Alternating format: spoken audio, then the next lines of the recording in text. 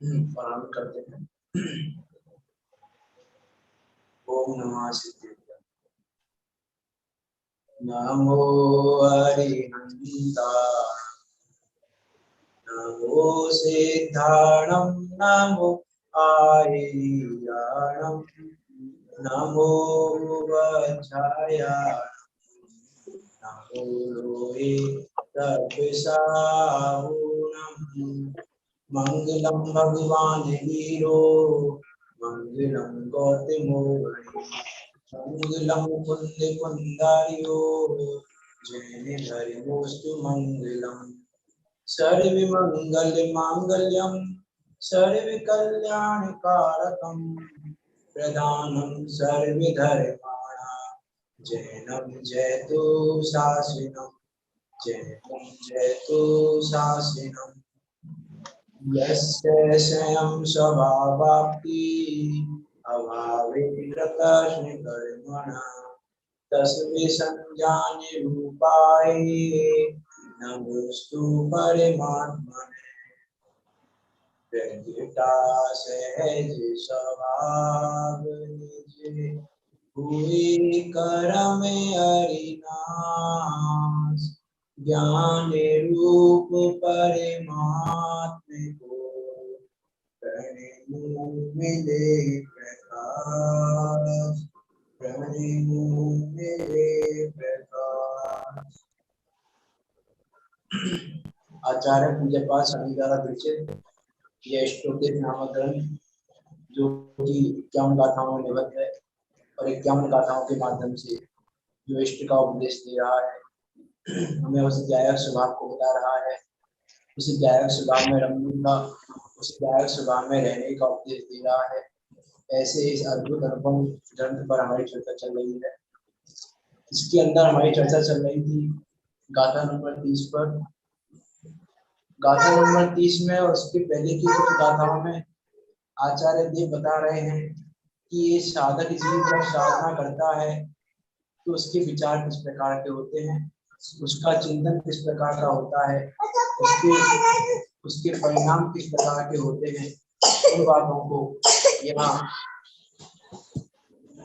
को यहाँ आचार्य उनके बाद से हमें उनको बता रहे हैं क्या चिंतन है जीव का, किस प्रकार से हम निर्मोह का चिंतन करता है और किस प्रकार के हम निर्मोह हो सकते हैं। उन सब बातों की चर्चा हम यहाँ पर कर रहे हैं।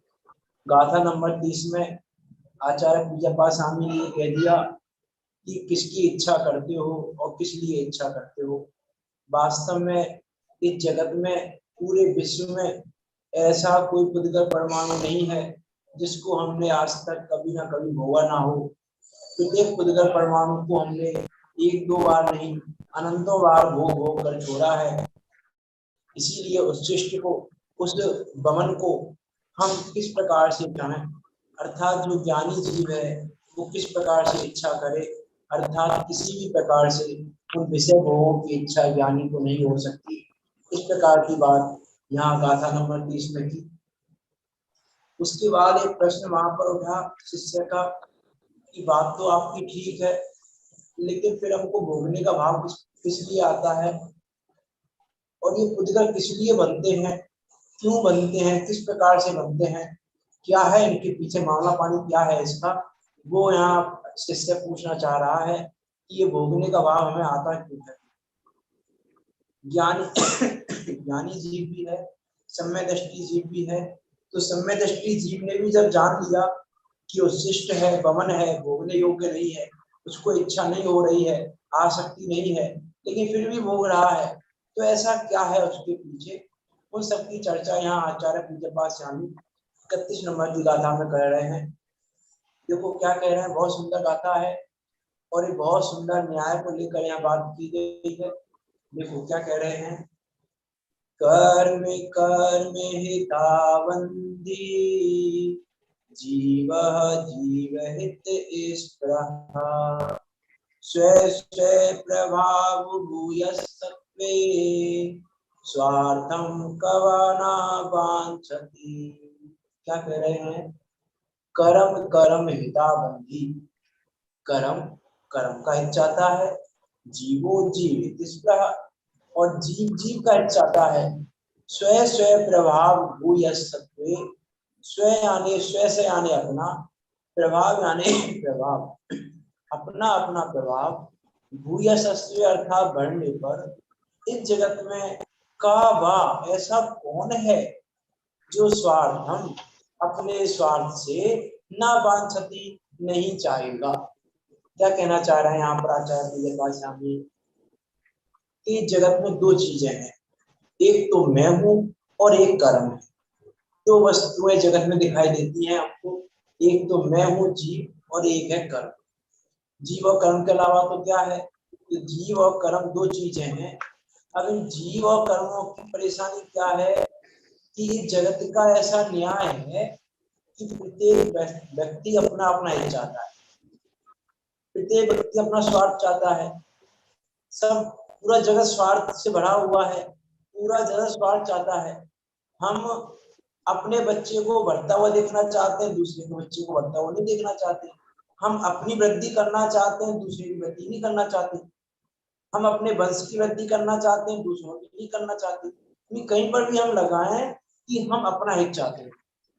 वैसे यहाँ आचार्य पूज्यपाद स्वामी कह रहे हैं कि जो कर्म है वो अपना हित चाहता है और जीव अपना हित चाहता है। परेशानी ये है, परेशानी क्या है कि कर्म अपना हित चाहता है और जीव अपना हित चाहता है। कि ज्ञानावरण कर्म तो ये चाहता है कि यह जीव ऐसा ही बना रहे। ज्ञानावरण कर्म क्या चाहता है कि मैं नष्ट ना हो जाऊं। वो अपने आप को नष्ट नहीं करना चाहता, वो बना रहना चाहता है। वो ये चाहता है कि ये जीव मिथ्यात्व में ही पड़ा रहे, और जिसके कारण मिथ्यात्व में पड़ा रहेगा तो ज्ञानावरण आदि सब बंधे रहेंगे। वो मोह राजा ये चाहता है। बात वैसे तो देखो, ये मैं प्रश्न पूछूं आपसे, आपने नहीं पूछा है, क्या ऐसा हो सकता है कि कर्म चाहे? तो यहाँ तो कह रहे हैं कि कर्म कर्म का हित चाहता है।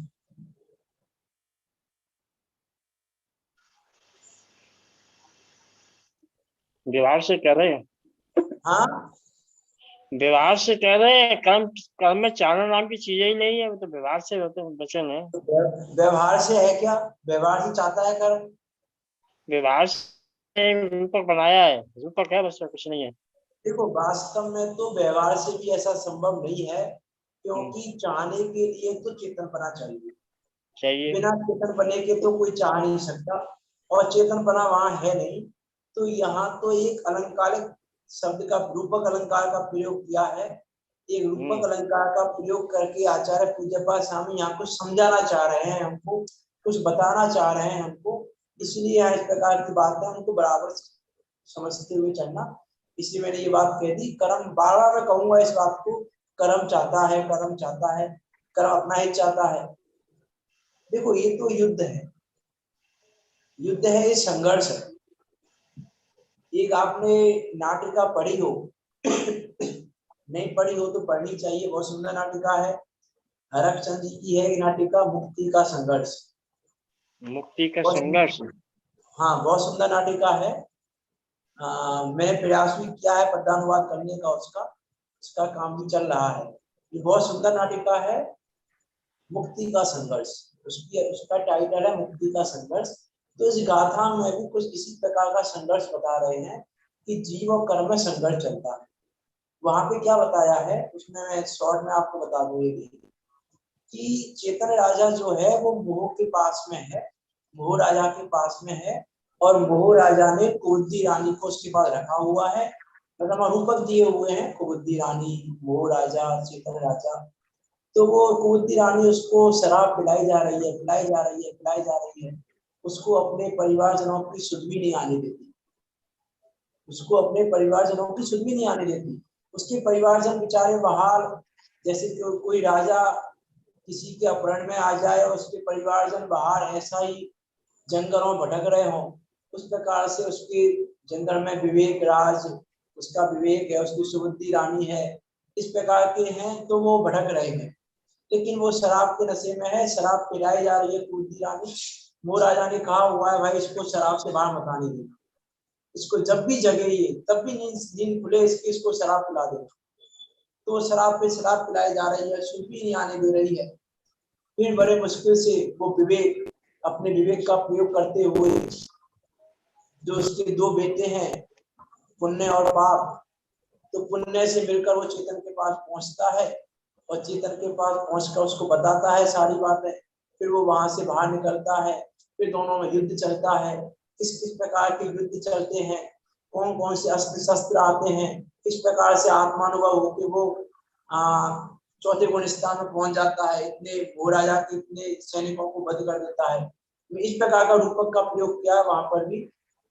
इस प्रकार से वो 11वें गुण स्थान से लौटता है, क्या कंडीशन बनती है, मतलब बहुत सुंदर तरीके से किया है। वहां पे आप देख सकते हैं मुक्ति के संघर्ष में। मैं तो यहाँ के हिसाब से बात कर रहा हूँ, क्या कह रहे हैं यहाँ पर कि कर्म कर्म का हित चाहता है और जीव जीव का हित चाहता है। कि वहां पर भी क्या कहा कि वो ये चाह रहा है कैसे भी करके मेरा है, कैसे भी करके ये चेतन मेरे चंगुल से बाहर ना जाए। लेकिन जब वो आगे पहुंच जाता है ना 5वें 6वें गुण स्थान में, तो फिर परेशानी मोह के सैनिकों को परेशानी होती है, राग द्वेष को, कि भैया ये तो छूटता जा रहा है चेतन। तो वो राजा कहता है कोई बात नहीं है, मेरा एक पुत्र है सूत्र, जो पुण्य है वो उसके पास में है, वो मोहराजा से दूर नहीं आने देगा। इस प्रकार का वहाँ रूपक का प्रयोग किया है संघर्ष नाटक में। यहाँ पर कह रहा है युद्ध है, एक प्रकार का युद्ध चल रहा है कर्म और जीव के बीच में। तो होता क्या है बेसिकली कि कभी कभी हमको ऐसा लगता है कि कर्म हम पर हावी हो गए, कभी कभी हमको ऐसा दिखाई देता है कि जीव कर्म पर हावी हो रहा है, कभी हमको लगता है कि कर्म हम पर हावी हो रहे हैं। जगत में भी हम देखते हैं, जगत में भी इस प्रकार की बातें सुनने में आती हैं कि क्या करें, कर्म बलवान है, कर्म के आगे किसी की नहीं चलती, अच्छे अच्छों को नहीं छोड़ते कर्म। हमारी आपकी तो बात ही क्या है, अच्छे अच्छों को नहीं छोड़ा। तीर्थंकर से बलि तिनकी नहीं चली, मौत नहीं टली, कि उनकी भी नहीं चली, तीर्थंकरों की भी नहीं चली, हमारी आपकी तो बात क्या है। इस प्रकार की बातें भी हम और आप सुनते हैं, कहते भी हैं, सुनने की तो बात ही क्या है, हम कहते भी हैं कि भाई क्या करें, अब हमारे कर्म का उदय ऐसा है, कर्म का उदय ऐसा है, क्या करें, सीता के कर्म का ऐसा ही उदय था, बेचारी सीता क्या करे। अब बेचारे आदिनाथ क्या करें, अब उनको आहार नहीं मिलना था, उनका कर्म का उदय ऐसा था, तो वो क्या करें। कर्म का उदय बलवान है कि नहीं है, बताइए, कर्म का उदय बलवान है कि नहीं। नहीं है, कर्म का उदय बलवान नहीं है, बलवान नहीं है। लेकिन देखो जगत में तो यही कहने में आता है कि वर्तमान योग उठा के देखो, पूरे वर्तमान योग में हमको ये दिखाई देता है कि देखो कर्म कितने बलवान है। सती अंजना को नहीं छोड़ा, देखो जिनके चरम शरीर पुत्र होने वाले हों ऐसे भी जीवों को उन्होंने नहीं छोड़ा। अरे उनकी तो बात छोड़ो, तीर्थंकरों को नहीं छोड़ा, जो मुनिरावसी भव से मोल जाने वाले हैं उनको नहीं छोड़ा। सियालिनी 3 दिन तक खाते पड़ा, फिर कर्मों हाँ को हारना तो पड़ा, क्या कर्मों को हारना तो पड़ा ना, बलवान कहाँ से हो जाएंगे। मैं वही कहना चाह रहा हूँ कि ये युद्ध है। अब युद्ध में कभी कभी ऐसा हो जाता है कि सामने वाला हावी दिखाई देता है, तो हावी दिखाई कब दे रहा है वास्तव में, कि देखो कर्म तो हावी नहीं है, कर्म बलवान भी नहीं है। पंडित टोडरमल जी ने कहा कि कर्म में बलवान पना नहीं है, कर्म में चेतन पना भी नहीं है, कर्म में बलवान पना भी नहीं है। तो कर्म बलवान तो नहीं है, लेकिन बलवान दिखाई क्यों देता है कि जब यह जीव अपने चैतन्य स्वरूप को नहीं जानता, अपने आप को नहीं जानता है, उस समय हमको कर्म बलवान दिखाई देता है। लेकिन ज्ञानी जीव जब अपने आप को जानते हैं, अपने चैतन्य स्वरूप को जानते हैं, अपने चैतन्य स्वरूप में रमते हैं, उस समय कर्म भी भागते हैं दूर, कर्म रुकते नहीं। एक वो लाइन आती है, जिस समय हो द्रव्य दृष्टि कर्म थर थर कांपते हैं, आत्म की सन्मुखता लख कर स्वयं दूर ही भागते हैं। अरे कर्म तो थर थर कांपते हैं उस समय, जब ये जीव स्वरूप सन्मुख होता है तब कर्म कांपते हैं, भागते हैं कर्म। तो क्या वासना भगवान की स्वरूप लीनता नहीं थी, कि आत्मसन्मुखता है कि तो कमल पत्थर बरसा रहा था। हमने तो पत्थर बरसते हुए देखे हैं, हमने तो देखा है। कर्मों ने नाही छोड़ा, पत्थर तक पड़ते देखे, मोक्षे के प्रेमी हमने कर्मों से लड़ते देखे, मखमल पर सोने वाले, वो है ना भजन वो वाला, हमने तो देखा है कर्म किसी को नहीं छोड़ते। तो यदि विचार करके देखें हम, यदि कर्मों ने उनको नहीं छोड़ा होता तो फिर वो आज विद्यालय में होते क्या? इसका अर्थ है कि कर्मों ने तो उनको छोड़ा है। तो ऐसा नहीं है कि कर्म नहीं छोड़ते, लेकिन अब ये तो युद्ध है, इसलिए मैंने इसको संघर्ष युद्ध बोला है। ये तो युद्ध है। कभी कभी ऐसा होता है सामने वाला हावी दिखाई देता है कि कमठ अभी हावी दिखाई दे रहा है, ऐसा लग रहा है हमको कि देखो भाई ये कैसा कर्म का उदय है, कैसा पाप का उदय है कि ये कमर पत्थर बरसाए जा रहा है, कुछ भी नहीं हो रहा है, कुछ भी नहीं हो रहा है, कि दिखाई दे रहा है हमको, लेकिन हो कुछ और रहा है, चल कुछ और रहा है वहां पर, वहां कुछ और प्लानिंग कुछ और चल रही है, वहां आत्म की सन्मुखता बढ़ती जा रही है। उसे जब कमर पत्थर बरसा रहा है, पत्थर के बरसने के काल में भी आत्म सन्मुखता बढ़ती जा रही है, वो जीव आगे चढ़ता जा रहा है। अब निकट काल में ही घातीय कर्मों का अभाव करने वाला है वो जीव, लेकिन हमको पत्थर बरसते हुए दिखाई दे रहे हैं। कि वास्तव में तो कर्म हावी नहीं है, तो कर्म तो चाहता तो यही है, कर्म की बना रहे ये जीव। मोह राजा यही चाहता है कि मेरे चंगुल से ये बाहर ना जाए, इसीलिए तो मोह की मदिरा पिलाता है। और मोह की मदिरा क्यों पिला रहा है वो? क्योंकि वो ये चाहता है कि ये जीव मेरे चंगुल से बाहर ना चला जाए, क्योंकि मेरे चंगुल से बाहर चला गया तो मेरा साम्राज्य नष्ट हो जाएगा। अब कौन चाहता है कि मेरा साम्राज्य नष्ट हो? कोई नहीं चाहता मेरा साम्राज्य नष्ट हो। अपने साम्राज्य को कोई भी जीव नष्ट नहीं करना चाहता, तो कर्म भी नहीं चाहता, जीव भी नहीं चाहता। जगत में भी हम देखते हैं कि किसी के पास किसी को कोई पद मिल जाए तो क्या होता है, वो अपना प्रभाव दिखाता है। आज हमको कोई पद मिल गया तो क्या करेंगे, हम अपना प्रभाव दिखाएंगे। ये एक ह्यूमन टेंडेंसी है, ये एक स्वभाव है ऐसा मनुष्य का कि वो अपना प्रभाव दिखाए बिना रहता नहीं। उसको ऐसा लगता है कि 10 लोगों की भीड़ है, 10 लोगों की भीड़ में मैं कुछ अच्छा दिखूं, मैं अपना प्रभाव बढ़ाऊं, मुझे मेरा प्रभाव बढ़ाना चाहिए। मैं हर कोई जगत में अपना प्रभाव बढ़ाना चाहता है, तो कर्म भी अपना प्रभाव बढ़ाना चाहता है और जीव भी अपना प्रभाव बढ़ाना चाहता है। दोनों ही अपना प्रभाव बढ़ाना चाहते हैं। दोनों में से ऐसा कोई नहीं है जो अपना प्रभाव नहीं बढ़ाना चाहता, लेकिन दोनों तो नहीं बढ़ा सकते। बढ़ेगा तो किसी एक का नहीं, दोनों का तो नहीं बढ़ेगा। तो क्या कह रहे हैं यहाँ पर कि कर्म कर्म का हित चाहता है और जीव जीव का हित चाहता है। देखो आचार्य पूज्यपाद स्वामी क्या कहना चाह रहे हैं वो भी हम देखेंगे, अभी उसका ही विचार करेंगे। आचार्य पूज्यपाद स्वामी का हमें कहना क्या चाहते हैं, समझाना क्या चाहते हैं। अभी तो कह क्या रहे हैं, मुझ पर विचार कर रहे हैं। आचार्य पूज्यपाद स्वामी कह रहे हैं कि जीव का हित करे कर्म कर्म की वृद्धि, निज बल सत्ता सब चाहे को न चाहे निज रिद्धि। कौन नहीं चाहता अपनी,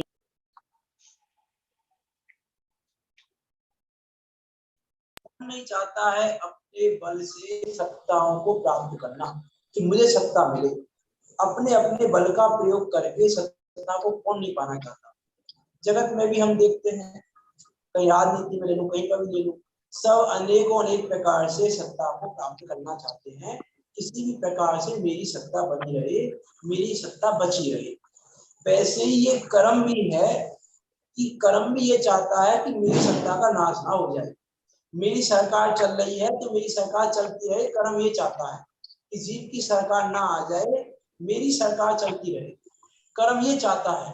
और उसके लिए वो सारे प्रयास करता है, किसी जीव को मोह रूपी मदिरा को पिलाकर उसको भ्रमित करता रहता है, उसको बाहर आने नहीं देता। उसको लगता है कि मैं तो ठीक हूँ, मनुष्य पर्याय मिल गई, जिनवाणी सुनने को मिल रही है, मैं तो ठीक हूँ, मेरा तो मोक्ष हो जाएगा। लेकिन उसके बाद भी वो एकत्व बुद्धि, ममत्व बुद्धि, भोक्तृ बुद्धि रूपी मदिरा को पिला पिलाकर किसी जीव को इस प्रकार से भ्रमित करके रखता है कि यह जीव पार ना हो जाए। किसी भी प्रकार से मोक्ष में न चला जाए, ये जीव नहीं बना रहे, ये वो चाहता है। सब अपना अपना प्रभाव बढ़ाना चाहते हैं, लेकिन वास्तव में जाकर के देखें हम कि कर्म क्या कर सकता है, कर्म में क्या शक्ति है करने की। कर्म में शक्ति नहीं है तो फिर हम परेशान क्यों हो रहे हैं, और कर्म में शक्ति है तो फिर कर्म शक्तिमान है, बलवान है, ऐसा क्यों नहीं कह रहे। प्रश्न दोनों है ना। यदि कर्म बलवान नहीं है तो हम परेशान क्यों, दुखी क्यों हैं हम, और यदि कर्म बलवान है तो उसको बलवान कहो, उसको बलवान क्यों नहीं कहते फिर। ये तो सिंपल सी बात है कि कह दिया हमने कि भैया कर्म तो बलवान नहीं, लेकिन देखो विचार करके देखो कर्म कितना बलवान है। अभी मैं कर्म के बलवान पना बता रहा हूँ आपको, बलवान पना नहीं है इसकी बात तो करूंगा ही। कर्म बलवान नहीं है। कौन चाहता है अपने मेरे बाल सफेद हो जाए, कौन चाहता है मेरे शरीर में रोग हो जाए, कौन चाहता है मेरे शरीर में झुर्रियां हो जाए, कौन चाहता है मेरे हाथ की रेखाएं ऐसी हो जाएं, कौन चाहता है अपने शरीर का परिणमन अपने से विपरीत प्रतिकूल परिणमन कौन चाहता है, प्रतिकूल संयोगों को कौन चाहता है। चलो अनुकूल संयोगों तो चाहते हैं, मैं अनुकूल संयोगों की बात नहीं कर रहा हूँ। प्रतिकूल संयोगों को कौन चाहता है, प्रतिकूल परिणमन करवाना कौन चाहता है। कोई चाहता है प्रतिकूल परिणमन हो, कोई चाहता है प्रतिकूल संयोग हो, कोई चाहता है कि अच्छे संयोगों का वियोग हो जाए, लेकिन हो रहा है ना।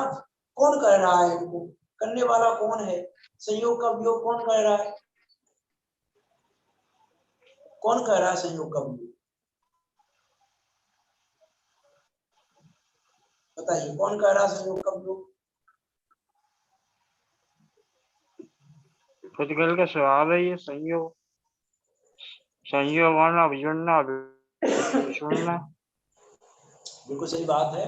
हम पढ़ के भी आए हैं ऊपर 30 नंबर की गाथाएं पढ़ के भी आए हैं हम इस प्रकार की बात, और इसमें पढ़ा है 30 नंबर की गाथा में पुद्गल की चर्चा की है हमने, वहां पर हमने ये सारी बातें पढ़ी है कि स्वभाव है उसका तो ऐसा वियोग होता है, फिर संयोग होता है, फिर वियोग होता है, फिर संयोग होता है। ये हमको क्या लगता है, हमको अच्छे संयोग दिला दे तो हमको लगता है हमारा कर्म तो अच्छा है, हम अच्छा कर्म बांध रहे हैं, हमारे अच्छे कर्म का उदय चल रहा है। हम तो देखो बहुत पुण्य करते हैं, हम तो देखो विषय कसा में नहीं लगते, हम तो इसमें लगे रहते हैं, इसमें लगे रहते हैं, इस कार्य में लगे रहते हैं, तो हमको क्या लग रहा है, हम तो अच्छे कर्म बांध रहे हैं। हमारी दृष्टि पूरी की पूरी कर्म पर है। हमारी दृष्टि कहाँ पर है अभी कि बुरे कर्म नहीं तो अच्छे कर्म, हम अच्छे कर्म बांध लेते हैं, अच्छे कर्म उदय में आएंगे तो हमें अच्छा फल मिलेगा। कि हम ओवरऑल हमारी जो मेंटेलिटी है, हमारी जो सोच है अभी वो कहाँ पर है, कर्म पर ही, कर्म से ही प्रारंभ होती है और कर्म पर ही आगे हो जाती है। इसीलिए हमें अपने चैतन्य स्वरूप का भान नहीं है, क्योंकि ले देकर हम कर्म की ही बात करते हैं, जब भी बात करते हैं कर्म की बात करते हैं। हम दुखी हो रहे हैं, हमको कोई रोग हो गया तो क्या कहते हैं, अब क्या करें, कर्म ही ऐसे है, ऐसे जे कर्म, उसमें आती है ना लाइन ये लक्षण की पूजा में धानराज जी वाली, जे कर्म पूरब किए खोटे सहे क्यों नहीं जियरा, तूने कर्म किए हैं तो तुझे भोगने तो पड़ेंगे। वो लाइन आती है एक जैसे, बंद समय तू चेतना चेतन, उदय समय क्यों करे क्रंदन, ये जो कर्म उदय में आया तेरा ही था आमंत्रण, अब जो इनसे देश किया जो इनका अभिनंदन, तो फिर इनसे तेरा होगा जन्म जन्म का गठबंधन, जन्म जन्म का गठबंधन। अब क्या करें, द्रव्य कर्म से भाव कर्म, भाव कर्म से द्रव्य कर्म, द्रव्य कर्म से भाव कर्म, भाव कर्म से द्रव्य कर्म, ये द्रव्य कर्म छोड़ते ही नहीं, द्रव्य कर्म छोड़ नहीं रहे, हमको क्या करें, द्रव्य कर्म भाव कर्म करा देते हैं, भाव कर्म द्रव्य कर्म करा देते हैं। बात सही है कि गलत है,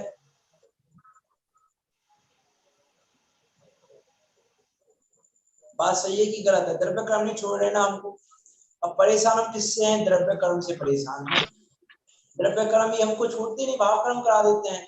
जैसा कर्म उदय में आता है वैसे ये जीव संयोग पाता है, वैसा ही जीव का उदय आता है, वैसा ही ये जीव भाव कर लेता है। अब क्या करें? अब हमें क्रोध आ रहा है, कर्म का उदय ऐसा है हमारा, हम क्या करें? क्या करें? हम क्या कर सकते हैं? बात सही है कि गलत है?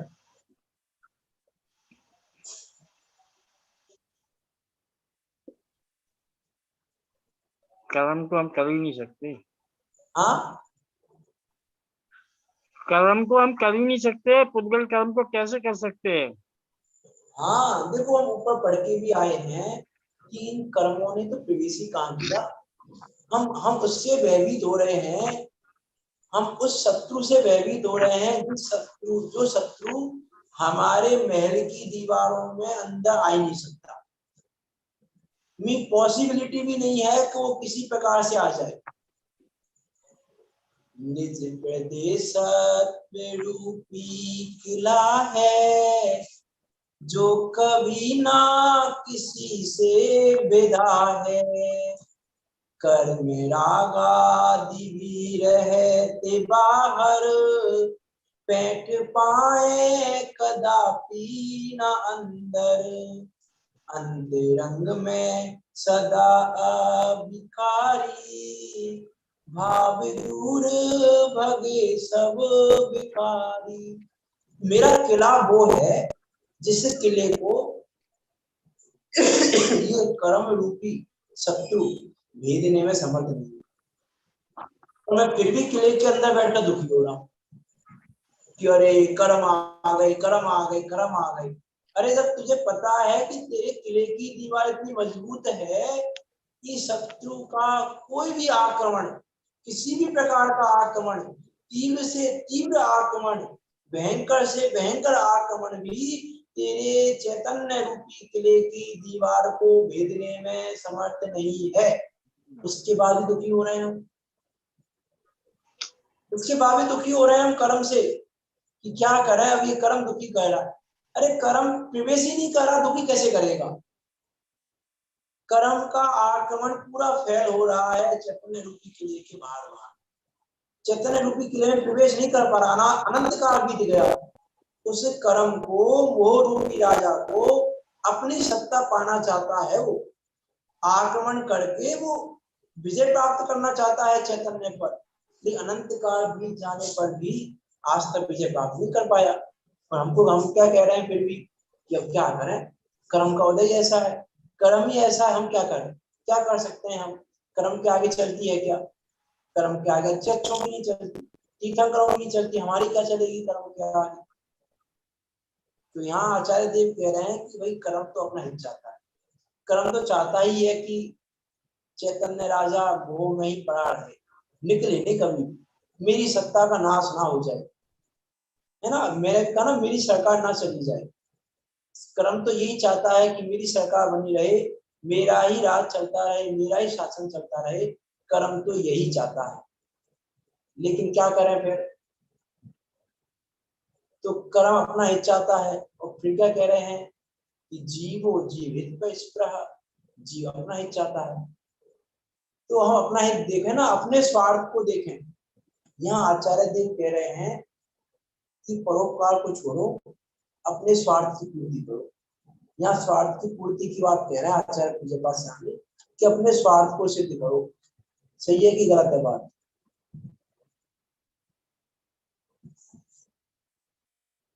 बताओ आचार्य पूज्य पाद स्वामी क्या कह रहे हैं? अपने स्वार्थ की सिद्धि करने की बात कह रहे हैं, अपने स्वार्थ की पूर्ति की बात कह रहे हैं कि अपने स्वार्थ की पूर्ति करो। कर्म अपने स्वार्थ को साध रहा है तो अपने स्वार्थ को साधो। तुम कर्म के पीछे क्यों पड़ रहे हो? तुम कर्म के कारण क्यों बैठे हो? कर्म बिचारे कौन? भूल मेरी अधिकारी। ये कर्म कौन है? भूल तो मेरी है ना। तो स्वार्थ की सिद्धि करनी चाहिए नहीं करनी चाहिए? बताइए। स्वार्थ सिद्ध करना चाहिए कि नहीं करना चाहिए जी?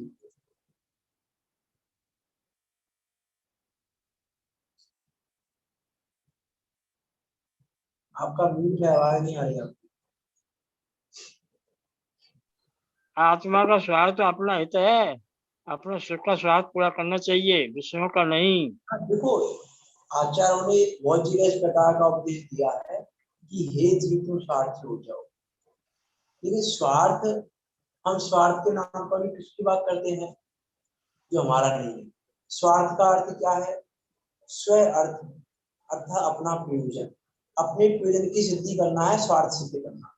अपने प्रयोजन की सिद्धि करना है, स्वार्थी हो जाना, कि स्वार्थी हो जाओ, स्व अर्थी हो जाओ, अपने प्रयोजन को सिद्ध करने के लिए संलग्न हो जाओ, अपने प्रयोजन को सिद्ध करो। अपने उस प्रयोजन को सिद्ध करने का नाम है स्वार्थ। यहाँ कह रहे हैं अपना अपना प्रभाव बढ़ने पर स्व स्व प्रभाव भूय सत्वे स्वार्थम को न वांछति। कौन अपने स्वार्थ को नहीं चाहेगा? हर कोई अपने स्वार्थ को चाहता है। कर्म कर्म के स्वार्थ को चाहता है, हम अपने स्वार्थ को चाहेंगे। तो हम कर्म के पीछे क्यों करें? हम कर्म के अकॉर्डिंग क्यों चलें? हम ये विचार क्यों करें कि अब क्या करें? कर्म किसी को नहीं छोड़ते। बताओ, शायरी खाती रही 3 दिन तो खाती रही, कर्मों ने नहीं छोड़ा। कर्मों ने छोड़ा कि नहीं छोड़ा? शायरी 3 दिन खाती रही विलास को, कर्मों ने छोड़ा कि नहीं छोड़ा? कर्म का प्रभाव कर्म पे ही पड़ेगा, आत्मा पे कौन पड़ता है? आत्मा जुड़ता है तब पड़ता है। शालिनी खा रही है, कर्म अपना प्रभाव दिखा रहा है, दिखा रहा है। वहां पर अपना प्रभाव दिखा रहा है, और वो मुनिया अपना अपना हित कर रहे हैं। वहां पर कर्म अपना प्रभाव बढ़ा रहा है। कर्म ये चाहता है कि चले ना जाए, लेकिन हम ये जीव मुनिराज क्या कह रहे हैं? वहां पर अपना प्रभाव बढ़ा रहे हैं। जा करके देखें हम कि देखो, ये तो कहा जाता है जगत में कि कर्म रिश्वत नहीं लेते, कर्मों में रिश्वत तो चलती है नहीं। कर्म में ना कोई देवे लेवे प्रत्यक्ष देखो, जन्मे मरे अकेला चेतन तत्व ज्ञान देखो। कर्म तो कुछ देता लेता है, कि कर्म तो तुमने जैसा किया है वैसा भोगोगे, ये कहा तो जाता है। लेकिन क्या वास्तव में कोई पाप का उदय आया, पाषाण मुनिराज को पाप का उदय आया, तो फिर क्या किया उन्होंने? उसको भोगा? उन्होंने भोगा क्या उसको? नहीं भोगा उन्होंने पाप को। नहीं। तो क्या किया? कमल में पत्थर बरसाए थे। कमल अपना काम कर रहा था, वे अपनी शुरू में इससे हो रहे थे। देखो, दोनों की सीमा अलग अलग थी। उस पाप के उदय में लगते, पाप के उदय से जुड़ते, तो हम कहते कि उन्होंने पाप के फल को भोगा है। होगा। वो तो उस समय भी अपने स्वरूप में लीन थे, अपने आत्मलीनता बढ़ा रहे थे, अपने आत्मा की लीनता को बढ़ाते जा रहे थे, श्रेणी चढ़ चढ़ के घाते कर्म के नाश करने की ओर उद्यत हो रहे थे, तो पत्थर बरसने के काल में। अब ये तो हम अज्ञानियों को लगता है कि अब देखो उनको भी नहीं छोड़ा। देखो मुनिया आदिनाथ को देखो आहार नहीं मिला, डेली जाते थे, आज नहीं मिलता था उनको, 6 महीने आहार नहीं मिला उनको, कर्म उन्होंने छोड़ा। कि अरे यहाँ तो आचार्य देव ये कह रहे हैं, कह के आए हैं ऊपर, ये कर्म का उदय तेरे में है कहाँ जो तू कर्म के उदय को लेके बैठा है? कर्म तू तो कर्म के उदय से भिन्न है, कर्म का उदय तेरे में आ नहीं सकता। यदि कर्म का उदय मेरे में आ जाए तो क्या परेशानी होगी? हम भी जड़ हो जाएंगे। हाँ, कर्म का उदय मेरे में आएगा तो मुझे कर्म बनना पड़ेगा, उसके लिए मुझे जड़ बनना पड़ेगा उसके, जो कि 3 काल में संभव नहीं है। इसलिए 3 काल में कभी भी यह कर्म हमारे हम में नहीं हो सकता, हम कर्म में नहीं हो सकते। ये उसके बाद भी हम क्या कह रहे हैं? बस कर्म कर्म के हिसाब से बात कर रहे हैं कि कर्म कर्म क्या करें, अब हम कर्म ही ऐसा, कर्म ही ऐसा है। अब कर्म के आगे हमारी चलती नहीं है। अब हमारे कर्म का उदय ऐसा, जैसा किया वैसा तो हमको भोगना पड़ेगा, जैसे हमने कर्म किए वैसे तो भोगने पड़ेंगे। तो मेरा पास आप यही कहते हैं कि अब क्या करें? देखो कमल पत्थर बरसा रहा है, हमने ऐसे पाप कर्म बांधे थे पहले, अब भोगने पड़ेंगे। तो बरसा लो भाई, तो पत्थर बरसाओ। ऐसा कहा मेरा पास आपने कि ठीक है कमल पत्थर बरसा ले, अब भोगने तो पड़ेंगे हमको, हमने किए। ऐसा तो नहीं कहा मेरा पास ना। यदि ऐसा कहते तो फिर वो कर्म के उदय से जुड़ जाते। हम उस कर्म के वजह से जुड़ जाते हैं, इसीलिए कर्म हमको बलवान दिखाई देता है। मैंने कहा ना ये युद्ध है कर्म और जीव का। अब युद्ध में ऐसा होता है, कभी कभी सामने वाला पक्ष हावी दिखाई देता है, कभी वाला पक्ष हावी दिखाई देता है। तो जब तक हमको अपने स्वरूप की खबर नहीं है तब तक तो ये कर्म ही बलवान दिखाई दे रहे हैं। कर्म ही जगाते हैं, कर्म ही सुलाते हैं, कर्म ही सब काम कर रहे हैं। कर्मों के अनुसार सारे काम हो रहे हैं, हो रहे कि नहीं हो रहे? कर्म के अनुसार हो रहे हैं ना, कार्य के अनुसार विकल्प होते हैं, तो कर्म के अनुसार हो रहा है सब कुछ। विकल्प भी कर्म के अनुसार हो रहे हैं, हो रहे कि नहीं हो रहे? कर्म की सत्ता कर्म में है, हमारी सत्ता हमारे में है। हम वो तो कह रहे हैं सत्ता तो दोनों के अज्ञान में से अलग विकल्प अलग कर है। रहे हैं। लेकिन देखो अज्ञानी जीव के परिणमन में कर्मों का बलवानपना दिखाई देता है कि हमको ऐसा लगता है कि कर्म हावी है हम पर, लेकिन ज्ञानी जीव के कर्म हावी दिखाई नहीं देते। हाँ, अब देखो चतुर्थ गुण स्थान वर्ती, पंचम गुण स्थान वर्ती जीव है, उसके भी चारित्र वो की कमजोरी दिखाई देती है, तो उसके कर्म बलवान है कि नहीं?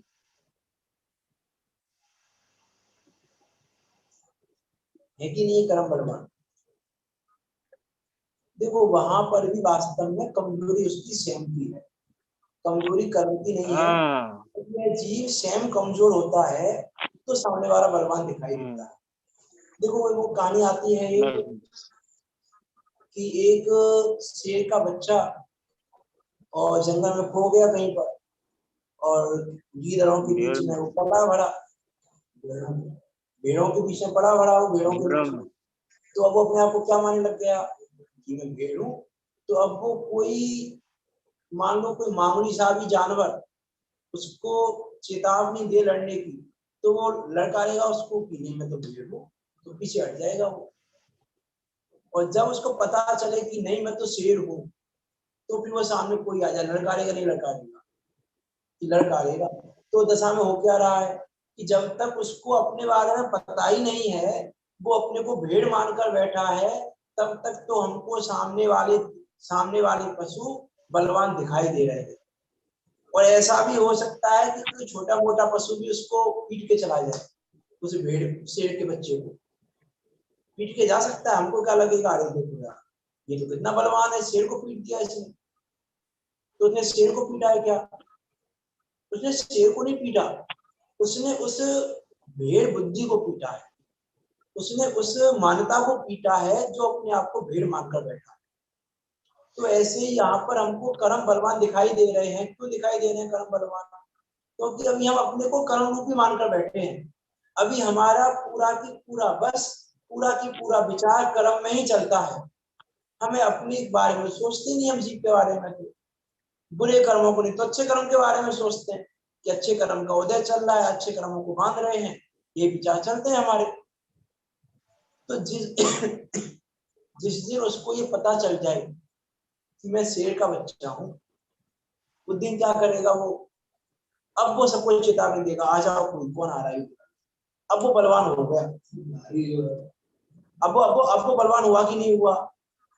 तो किसी समय हमको ऐसा लग रहा है कि सामने वाला बलवान है। ऐसे ही संसारी जीव के हमें कर्म बलवान दिखाई दे रहे हैं कि कर्म बलवान। अब क्या करे बेचारा, कर्म के उदय के आधीन, कर्म के उदय के आधीन है क्या?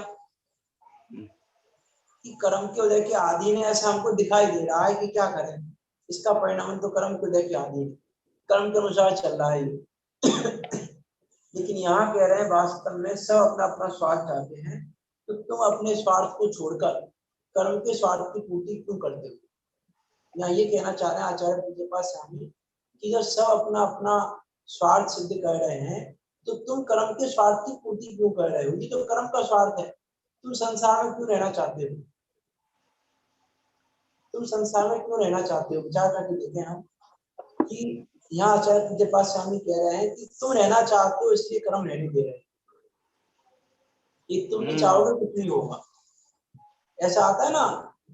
हाँ, ऐसा आता है ना उसे मोचना प्रकाशक में कि बेंतर आदि किसको भयभीत करते हैं, किसको डराते हैं? बेंतर आदि डरता है, कमजोर माना, जो डरता है उसको डराते हैं। जो नहीं डरता उसके पास आते भी नहीं, उसको डराते भी नहीं। तो हम डर रहे हैं इसलिए कर्म हमको डरा रहे हैं। यहाँ आचार्य देव उस कर्म का स्वरूप बता रहे हैं, ये कहकर कि कर्म कर्म का हित चाहता है, जीव जीव का हित चाहता है।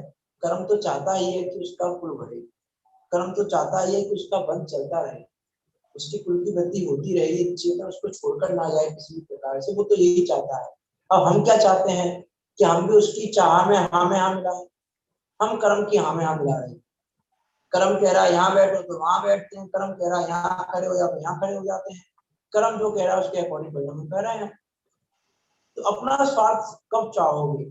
यहाँ कह रहे हैं अपने स्वार्थ की सिद्धि करो, अपने स्वार्थ को चाहो, अपने स्वार्थ की पूर्ति करो। को ना चाहे निज रिद्धि, कौन अपने स्वार्थ को नहीं चाहता, अपने स्वार्थ की हम पूर्ति करें। कल इसकी चर्चा करेंगे और हम विचार करना वास्तव में क्या कहना चाह रहे हैं आचार्य देव।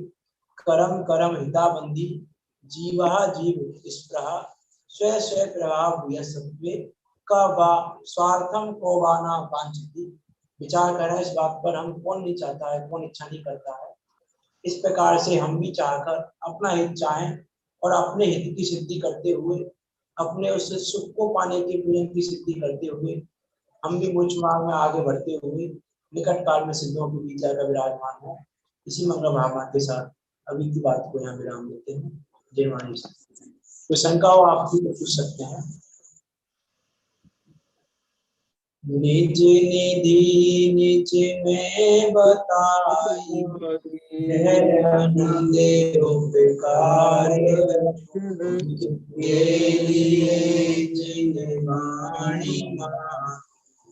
बंधु सत्य